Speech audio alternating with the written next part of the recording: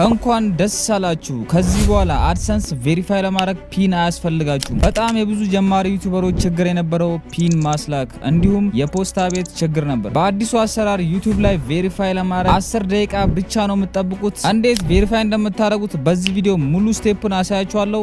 እስከ ቪዲዮ ፍጻሜ አብራችሁን ቆዩ። ከዚህ በፊት እንደሚታወቀው አድሰንስ አድሬሳችሁን ቬሪፋይ ለማድረግ ግዴታ ፒን ያስፈልግ ነበረ። ነገር ግን አሁን ላይ ምንም አይነት ፒን ሳይጠበቅባችሁ በ10 ደቂቃ ውስጥ ብቻ በቀላሉ እንዴት ቬሪፋይ እንደምታደርጉ አሳያችኋለሁ። እንደምታዩት የአድሰንስ ቬሪፊኬሽን ላይ የኛው አማራጭ ይመጣላችኋል። የመጀመሪያው ቬሪፋይ ናው ይላል። ሁለተኛው ደግሞ ዩዝ አይዲ ኤንድ ሜል ቬሪፊኬሽን ይላል። የኛው ከዚህ በፊት ይሰሩበት የነበረው አሰራር ነው። ቬሪፋይ ናው የሚለው ደግሞ አዲሱ አሰራር ነው።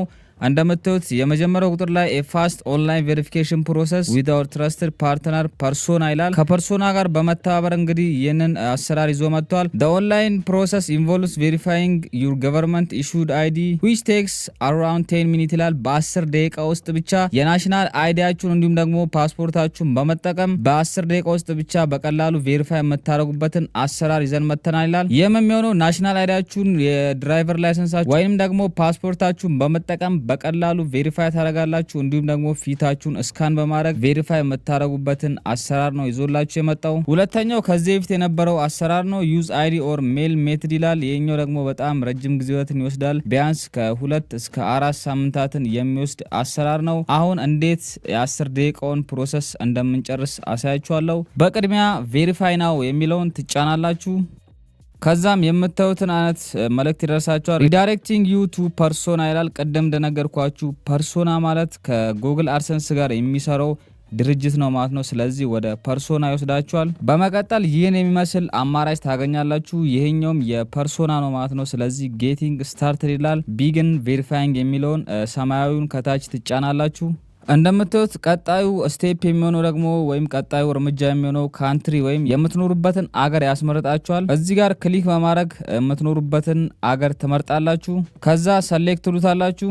በመቀጠል አፕሎድ ኤፎቶ አይዲ ይላል። ከነዚህ ውስጥ የሚኖራችሁን አንዱን ትመርጣላችሁ። ለምሳሌ ያክል የመጀመሪያው ድራይቨር ላይሰንስ ወይም የመንጃ ፍቃድ፣ ሁለተኛው ናሽናል አይዲ፣ ሶስተኛው ፓስፖርት፣ አራተኛው ደግሞ ቮተር አይዲ ወይም ደግሞ የመራጮች መታወቂያ ነው። ከነዚህ ውስጥ አንዱ ካላችሁ በእነዚህ ቬሪፋይ ማድረግ ትችላላችሁ። በጣም ብዙ ሰዎች ሊኖራቸው ይችላል ብዬ የማስበው ናሽናል አይዲ ወይም ፓስፖርት ነው። ስለዚህ ከሁለት አንዱን ትመርጣላችሁ። በመቀጠል በዚህ መልኩ ናሽናል አይዲን ከመረጥን በኋላ ከታች የካሜራ ምልክቷን እንጫናታለን። ግዴታ ፎቶ ማንሳት ይኖርብናል ማለት ነው ናሽናል አይዲውን።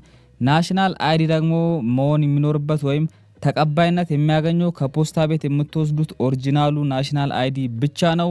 ሌሎች ሌላ ቦታ ላይ ፕሪንት አድርጋችሁ የምታመጡት አይዲ አይቀበልም። ስለዚህ ግዴታ ከፖስታ ቤት ወይም ደግሞ ከቴሌ የምትወስዱት ኦሪጂናል አይዲ መሆን ይኖርበታል። አንዳንዶቻችሁ እዛው ፋይዳ ላይ ገብታችሁ ስክሪንሾት እያደረጋችሁም እያስገባችሁ ነው፣ ነገር ግን በፍጹም አይቀበላችሁም። ከዛም በዚህ መልኩ ፊትለፊቱን እንደምታዩት እስካን ታደርጋላችሁ። አራቱም ማዕዘን በትክክል መቀመጥ ይኖርበታል ማለት ነው ይህንን በምታነሱበት ሰዓት ላይ።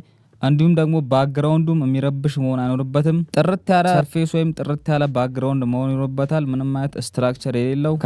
ከቻላችሁ ናሽናል አይዲያችሁን አስቀምጣችሁ ፎቶ የምታነሱበት ባክግራውንድ ጥቁር ወይም ደግሞ ነጭ ቢሆን እጅግ በጣም ተመራጭ ነው። ከዛም እነዚህን አራቱን አቅጣጫዎችን በትክክል አስቀምጣችሁ ማንሳት ይኖርባችኋል። ምንም አይነት የተዛነፈ ነገር ወይም ደግሞ እዛ ላይ የሚረብሽ ነገር የማይታይ ነገር መኖር አይኖርበትም። ላይቲንጉም በጣም አሪፍ መሆን አለበት። የምታነሱበት ቦታ ጨለማ መሆን አይኖርበትም። አሪፍ ላይት ያለበት ወይም አሪፍ ብርሃን ያለበት ቦታ ላይ ይህን ነገር በጥንቃቄ ማንሳት ይኖርባቸዋል። ምክንያቱም ላይቀበሏችሁ ስለሚችሉ በጥንቃቄ ማንሳት ይኖርባቸዋል። ይህንን ከጨረሳችሁ በኋላ ደግሞ ጀርባውን ነው የምታነሱት። ጀርባውንም በተመሳሳይ መልኩ ቅድም እንደነገርኳችሁ በትክክል ማንሳት ይኖርባችኋል። በደንብ አስጠግታችሁ በግልጽ እንዲታይ አድርጋችሁ ፎቶ ማንሳት ይኖርባችኋል። ከዛም በዚህ መልኩ ራሱ ፕሮሰሲንግ አይዲ ይላል። ያነሳችሁትን አይዲ በትክክል ፕሮሰስ አድርጎ ይጨርስላችኋል። በመቀጠል ደግሞ ትክክለኛ ስማችሁን እንድታስገቡ ይጠይቃችኋል። እዛ ናሽናል አይዲ ላይ ያለውን ወይም እዛ ፓስፖርት ላይ ያለውን ትክክለኛ ስማችሁንና የአባት ስማችሁን፣ የትውልድ ቀናችሁን፣ የትውልድ ዓመተ ምህረት እንዲሁም የትውልድ ወራችሁን በትክክል ማንሳት ይኖርባችኋል። እንዲሁም መጨረሻ ላይ አድሬስ ወይም አድራሻ እዛ ላይ የተቀመጠውን አድራሻ በትክክል ማስገባት ይኖርባችኋል።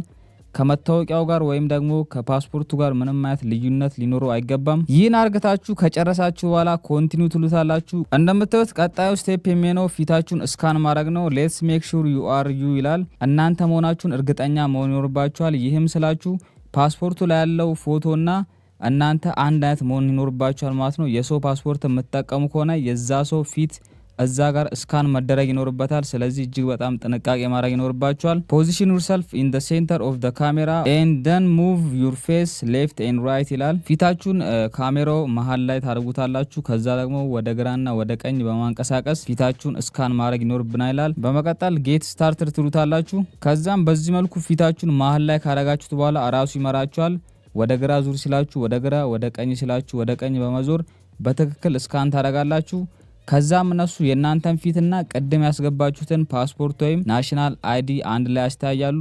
ከዛም ትክክል ከሆነ ቀጥታ ቬሪፋይ ያደርጓቸዋል ማለት ነው። በዚህ መልኩ ከጨረሳችሁ በኋላ እንደምታዩት ኮንግራቹሌሽን ዩ አር ደን ይላል። እጅግ በጣም በአጭር ደቂቃ ውስጥ ቬሪፋይ ማድረግ ትችላላችሁ ማለት ነው በዚህ መልኩ። ከዛም ወደ አድሰንሳችሁ ስትመለሱ አይደንቲቲ ቬሪፊኬሽን ኮምፕሊት ይላል። እዚህ ጋር ማወቅ የሚኖርባችሁ አንድ ነገር አለ። ከዚህ በፊት አይደንቲቲ ቬሪፊኬሽን ካረግን በኋላ ግዴታ ሜል ወይም ደግሞ ፒን ማስላክ ይኖርብን ነበረ። ነገር ግን በዚህኛው አሰራር አሁን ባሳያችሁ ማለት ነው ቬሪፋይ የምታደርጉ ከሆነ ምንም አይነት ፒን አያስፈልጋችሁም። ቀጥታ አይደንቲቲ ቬሪፊኬሽናችሁን ከጨረሳችሁ በኋላ ወደ ክፍያ ትሄዳላችሁ ማለት ነው። ስለዚህ እጅግ በጣም አሪፍ አሰራር ነው ብዬ ተስፋ አረጋለሁ። እዚህ ጋር አሁን ማወቅ የሚኖርባችሁን የተወሰነ ነገር ግልጽ ላድርግላችሁ። የመጀመሪያው ብዙዎቻችሁ ልጠይቁት የምትችሉት ጥያቄ የሰው ፓስፖርት ወይም ደግሞ የሰው ናሽናል አይዲ መጠቀም እችላለሁ ወይ የሚል ነው።